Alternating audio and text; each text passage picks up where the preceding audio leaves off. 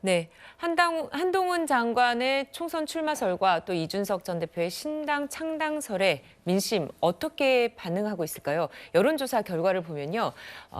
이준석 신당 창당 시 지지할 의사를 밝힌 사람들은 24% 정도 됐습니다.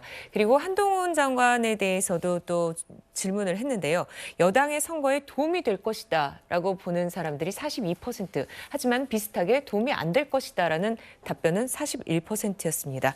자, 정혁진 변호사님 보면요. 한동훈 장관과 이준석 대표 또 시너지 효과를 낼 수 있다. 이런 분석도 하트경 의원이 내놓기도 했어요.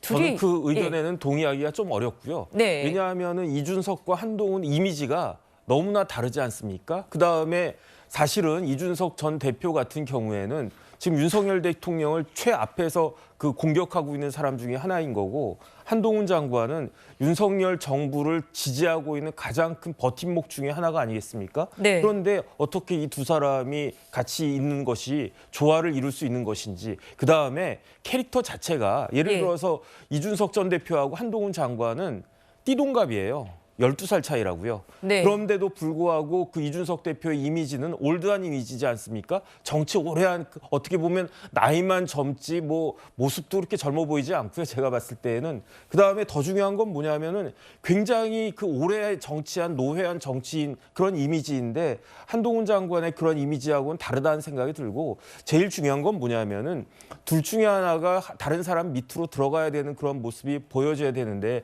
뭐 공동선대위원장 하면 이게 제대로 이야기가 되겠습니까? 그런데 한동훈이 이준석 밑으로 들어가겠습니까? 이준석이 한동훈 밑으로 들어가겠습니까? 제가 봤을 때 이준석 씨는 자기 갈 길을 빨리 가는 것이 좋겠다는 생각이 듭니다.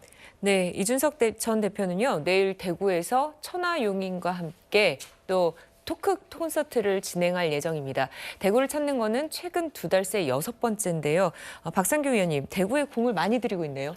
뭐 대구가 이제 제2의 고향이 된 것 같아요. 네. 경북 칠곡에 본인의 그 선상이 있다고 하는데, 거기에서 칩거하면서 글을 쓰면서부터 대구 나들이를 한 것이 이제 시발이 됐는데, 대구 치맥 콘서트, 그러니까 뭐 제가 SNS를 그 보면은 툭하면 대구가 있더라고요. 그러니까 이번에 6번째로 간다는데, 저 정도 되면 그냥 대구 출마를 하는구나 이런 생각이 들고, 공교롭게도 이제 임명 씨가 이날 26일에 대구에서 콘서트를 합니다. 그래서 네. 난리가 난다는데 그 옆에서 한대요.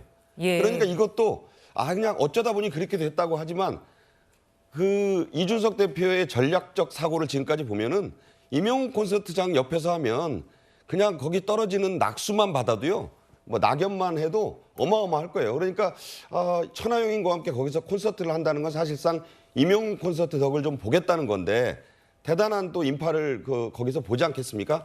그런 점에서 보면 이준석 대표의 요새 지지율 24% 그랬는데, 선거법 협상이 어떻게 달라질지 몰라도 준연동형 비례대표제가 유지가 되면 몰라도, 만약에 병립형으로 비례대표가 돌아간다 그러면 이준석 신당은 설 자리가 없어요. 근데 본인은 어쨌든 출마를 해야 된다면 무소속으로라도 대구에 나가겠다는 거를 밝히는 그런 자리가 되지 않을까, 그런 생각입니다. 네.